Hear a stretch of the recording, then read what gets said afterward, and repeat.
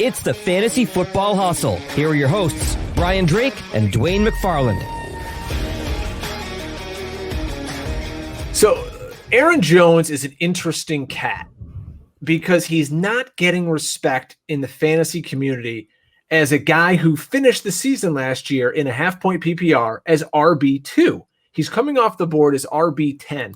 This is a guy, Dwain, who scored 19 total touchdowns last year. Now, the point of fantasy football is to score points. Guys who score touchdowns are valuable. He was a 1,000-yard rusher. We like guys who get in the end zone. He had 16 rushing touchdowns. We like guys who were involved in the passing game. He had 68 targets. I mean, what's not to like? Oh, wait, they've got Jamal Williams. Then they go spend, I believe was a third-round pick on the kid out of Boston College, or second-round pick? A.J. Dillon. A.J. Dillon, who I'm drafting, by the way, in every best ball draft possible. I'm getting my hands on A.J. Dillon. When you spend that draft capital, that means something. But boy, oh boy. So, Dwain, we've got a guy here. If you're just the casual fantasy player and you're like, wait, this guy was RB2 last year. He's hanging out here at the end of the first round, early second round. What am I missing? Yeah, I mean, it's because fantasy players are smarter than they've ever been for the most part, right? The margins that we operate on are thinner and thinner every year because there's so much good data out there. There's so many good analysts, which is why we try to kind of grind to bring people that next level. But people see that people understand what regression is these days, right? Like regression, like I remember when people would talk about that, 8 years ago, and people were like, what does that mean? People didn't think about the fact that it's not normal to score 19 touchdowns in a season. And it's not predictive. It's not a predictive stat for the next year. It's very hard to control it. So it's a guarantee that Aaron Jones's touchdowns, almost a guarantee lock that his touchdowns are coming down. It's just by how much, especially when you look at that number right there, Drake, 236 attempts. Think of all the guys we've talked about, up until now. You've got Eckler, but he's getting, 92 receptions. Drake's not a good one because, we're talking about half of a season there. But, that's that 124. But if you come back up here to Mixon, 278 carries. Derrick Henry was 305 carries, right? So now we come back down here to, Aaron Jones, not final thoughts. I jumped ahead too far, right? 236 carries. That's scary, right? Now the 68 targets is solid. But what you need to know, right, is if as far as his RB1, 6 of 16 games, that's good, 38%. RB2, 5 of 16, 31%. So 69% of the time, right, he was above the RB2 threshold. That's really good. Yeah. Right? That's awesome. That's what you're looking for, right? He only had 5 of 16 games down below that. But if you notice in those 3 games without Williams, 2 of his 3 best games of the season came without Jamal, Williams. And so if you look at what he was doing without Williams, it actually kind of spiked his value even a little bit more because he didn't have to share in those weeks. And those happened to be weeks where they just went off like as a team. If you remember this week 5, 49 pointer, right?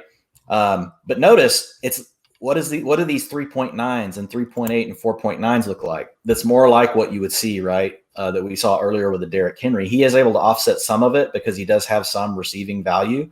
But he's got several of these games that are real clunkers. And it again comes back down to some of the game script stuff.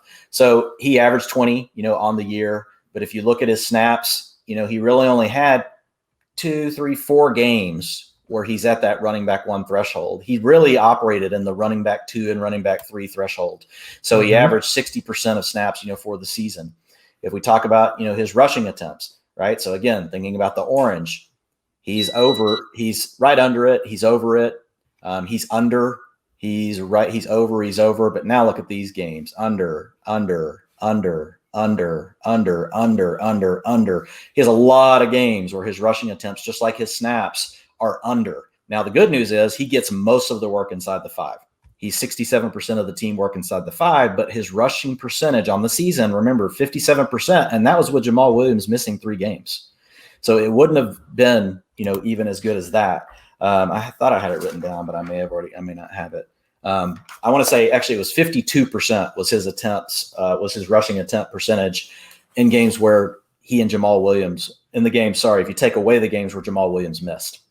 So again, half the carries, Think back to the 238 carries that we saw, earlier. Now he's in a great scheme, and we loved Aaron Jones last year. Remember, we were talking about, this scheme that LaFleur was bringing. People didn't understand that it was really a version of Sean McVay and a version of Kyle Shanahan's scheme, and it was really more on the Shanahan side.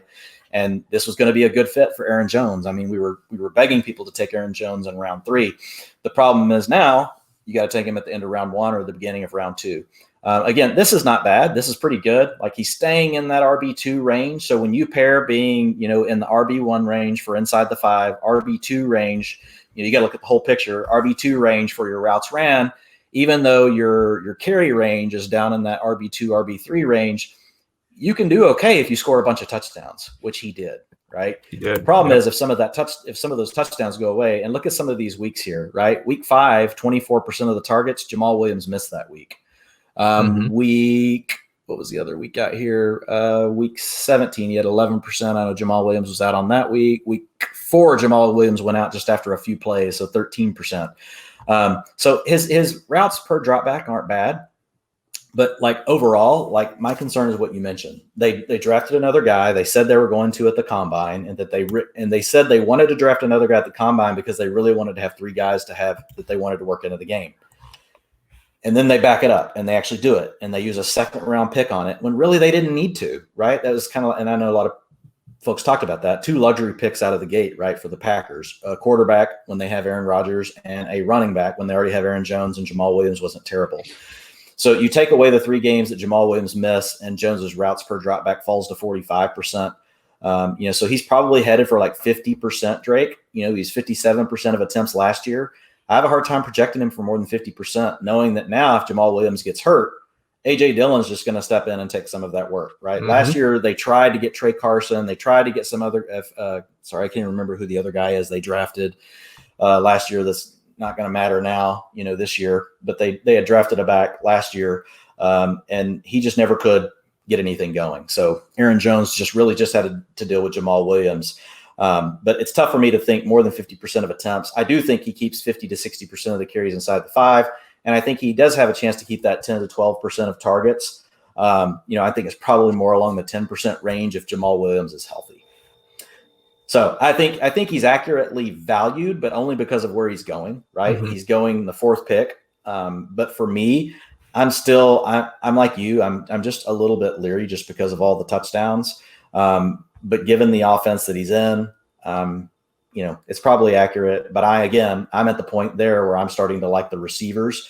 If I'm just pitting him against other runners, it's probably fair. But again, that's where I start pivoting a bit to receiver and kind of go with a more modified running back approach. Maybe I started with 1 runner and then I go receiver, versus trying to force it with a guy like Jones. And we're going to go in depth on Dwain's draft plan as we get further along in July and August. Dexter Williams there. Thanks, Corey. He's listening to the show, huh? Corey. Yeah. He's out there again. Producer Corey. Make sure you're following him on Twitter. Follow at FF Hustle. Check out some of the stuff there. You'll see Corey all over it, and we're really happy to have him on board.